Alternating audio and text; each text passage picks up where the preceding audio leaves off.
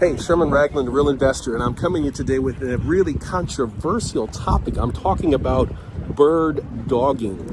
And you know, in an earlier video, I talked about wholesaling, and I said in that video, wholesaling and bird dogging are not the same thing, and they're not. But a lot of people confuse this, and that's why I thought I'd clear this up with the next edition of 10-Minute Real Estate.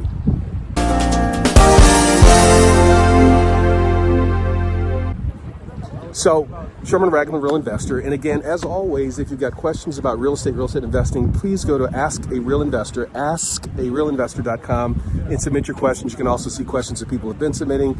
This is where we get the information to do these 10-minute segments. This is where we get the questions that we do for our podcast. This is where we get our questions to go out and do our videos, because we want to make sure that we're answering your questions and helping you to become a better investor and to become a real investor. So, topic today is bird dogging. And why is it that some people say it's illegal and some people say that it isn't? And the best way for me to illustrate this is to tell you two quick stories. And trust me, it's going to take a whole lot less than 10 minutes. So story number one. I'm a long-time real estate investor. Many of you guys know this. I've been real estate investing since about 2001, full-time real estate investor since about 2001. I had a $20+ million business that went tube side in one day. And I started doing wholesaling. And then rehabbing, and then investing, and that is my real investor journey. And everybody has a real estate or real investor journey. So I started off as a wholesaler. I've never really bird dogged. However, I can tell you I am a bird dog, and I'll explain that in a second. So, quick story. I've been investing in the Washington, D.C. area, and that means D.C. proper, Washington, D.C., Maryland, suburban Maryland, and of course, Northern Virginia. So 3 different jurisdictions, 3 different set of regulations, 3 different attitudes about bird dogging. That's story number one. Story number two, Washington, D.C., and this is probably the best way to illustrate bird dogging and why you may not want to be a bird dog. So Washington, D.C., there was a very famous lady. She's since been deceased, but she was very activist in the community. She was very pro many social activist activities. She was an art collector. She was a confidant to many people, and she was just a general all-around great woman. Her name was Peggy Cooper Cafritz. She also happened to at one point in time been chairman of the school board, and she was very connected amongst the DC elite and DC politicians. And because she was connected, she was approached by a very famous real estate investor / developer. You may have read his book, but I'm not going to go into the details. And he approached her and he said, "Hey, Peggy, I own this building in Washington, D.C., and I would like to get your help in getting the Washington, D.C. government, the D.C. City Council, to agree to lease the building from me on a long-term lease, and I will pay you if you help me." And so they entered into an agreement, and Peggy did what she was supposed to do, and she was supposed to get a $1 million bird dog fee. Like most people, like, bird dog fee of $1 million. Stay tuned, and I'll tell you exactly what that entailed. So she went ahead, she did her part. The DC government did in fact sign up. They did take a long-term lease in that building, and she went back to that real estate investor developer and said, "Hey, I did my part. Pay me my $1 million." And that real estate developer investor said, "What are you talking about?" And she said, "The $1 million. We have a signed agreement, right?" And he says, "Oh, let me see the signed agreement." And so she's like, "Come on, stop playing around with me, man. Pay me my fee." Of course, I'm paraphrasing. And he took a look at the agreement and he says, "Nope, not going to pay you." And she's like, "Well, if you don't pay me, I'm going to sue you." And he's like, "Sue me." And she did.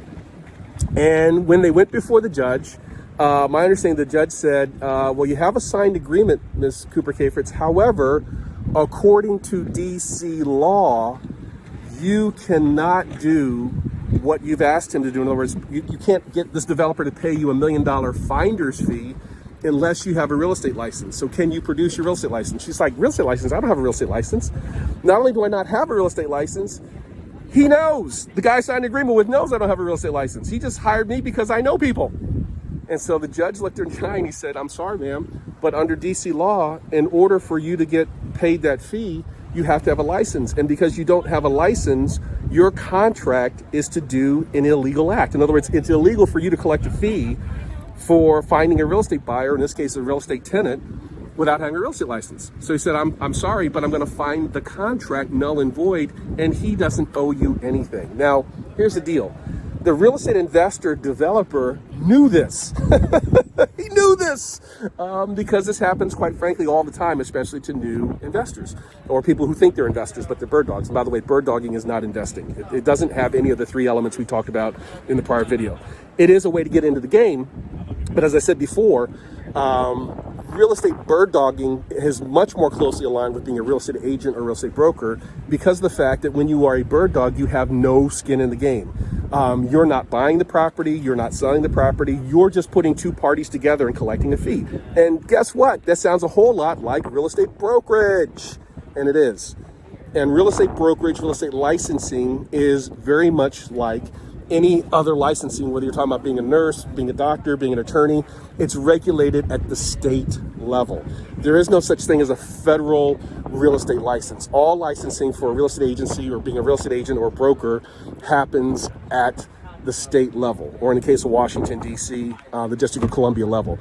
And that's why it's such a confusing topic, because in some states, it is 100% illegal to be a bird dog, unless, of course, you have a license, while in other states, they don't really care. So let me finish the story and then sort of get to the meat and potatoes of today's 10-minute real estate. So Peggy, of course, Ms. Cooper Kafritz, being influential enough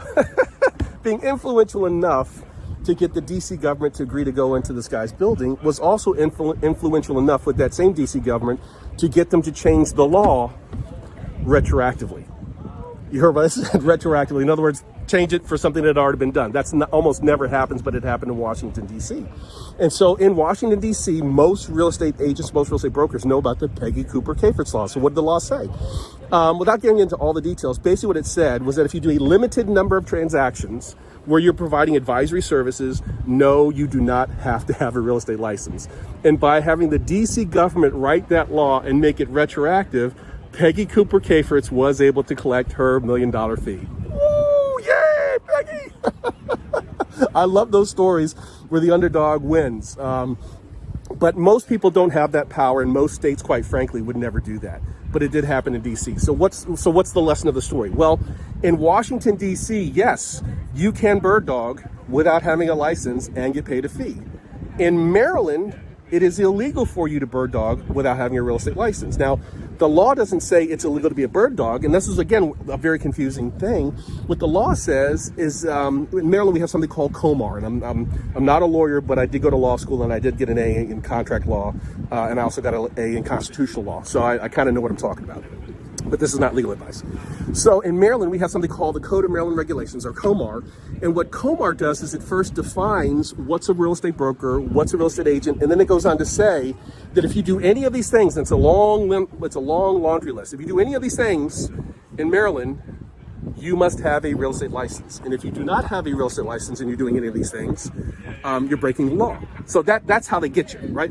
And so in Maryland, it basically says if you're providing real estate advisory for a fee, if you're providing real estate services for a fee, if you're putting a buyer and a seller together, you're putting a landlord and a tenant together, you must have a real estate license. So if you do those things, like what bird dogs do, and you don't have a license, then you're breaking the law in Maryland. But Maryland is kind of like a slap you on the wrist kind of state. And then Virginia, the Commonwealth of Virginia, is very serious about it. They say if you do bird dogging without a real estate license and you get caught, on the third time you get caught, you're going to get hit with a $3,000 fine. I think it's $3,000, it could be $5,000. And if you get caught more than 3 times, you get hit with what's called a Class 6 felony.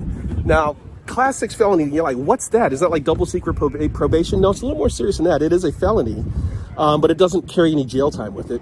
But because it is a felony, if you are a registered voter in Virginia, you lose your right to vote. If you have a security clearance, you lose your right to have a security clearance. And so, well, why do you have 3 different jurisdictions, Maryland, D.C., Virginia, that have 3 very different attitudes? Because the laws are written by local legislators, and those local legislators are influenced by local industry groups. And it's very clear that in Virginia, the Virginia real estate industry, or the Virginia Real Estate Association of Realtors, is incredibly powerful enough to write a law that says if you bird dog in Virginia and get caught 3 times, you're going to get hit with a Class 6 felony. Now, here's my point in all this. You want to check with your local jurisdictions and find out what the local laws are where you are. But the bottom line is this: bird dogging in some places is illegal. bird dogging in many places is illegal, but it's only going to get slapped on the wrist, kind of like going, 60 miles an hour in a 55 zone. I'm not telling you to go 60 miles an hour in a 55 zone, but kind of same penalties. And in some jurisdictions, bird dogging is okay. But bird dogging is basically providing a real estate agency or real estate brokerage services without a license. And if you have a real estate license and you're providing those services, you're generally in the clear in that jurisdiction, in that state, that Commonwealth, that District of Columbia, that district, that U.S. territory. And if you don't have a license, you may very well be breaking the law. It's up to you to figure that out. But real estate bird dogging is not investing. It's providing a service and getting paid a fee. My strong recommendation, know your local laws, because you could very well enter into a contract with somebody like Peggy did, but because you're breaking the law, your contract is unenforceable, and because it's unenforceable, you may never get paid, despite the fact that you help somebody do what you agreed to do. And there's a whole lot of real estate investors, experienced real estate investors out there who understand this way better than you do, who are more than happy to enter into a written contract or written agreement to have you do certain things, and then wind up not paying you. And that, to me, is the most serious downside of being a bird dog. If in fact the laws in your jurisdiction don't allow you to do it without a license, and you don't have a license, you may very well work and not get paid. And why in the world would you ever want to do that? Now, wholesaling is totally different. Watch my video on wholesaling, or I got a series of videos on wholesaling to understand better how to become a wholesaler.